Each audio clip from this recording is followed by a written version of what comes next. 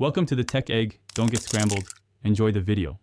You start by confirming basics: material type, chuck choice, and the exact dimensions you need. Put on eye protection and set the chuck so the work is tight. Once done, bring the tool to center height. Use a facing cut with a light 0.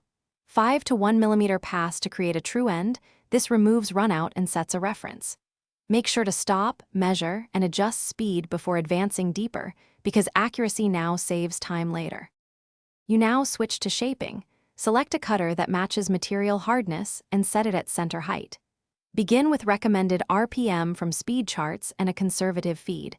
This controls chip formation and prevents tool chatter. Take successive roughing passes to remove bulk, then finish with smaller passes for surface finish. Measure frequently with a caliper.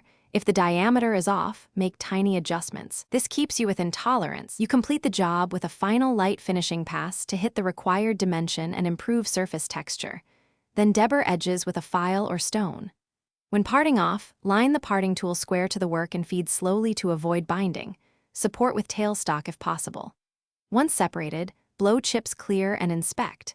If you see chatter or poor finish, stop, reduce spindle speed by 20 to 30%, verify tool height and rigidity, and resume. This single troubleshooting step fixes most issues.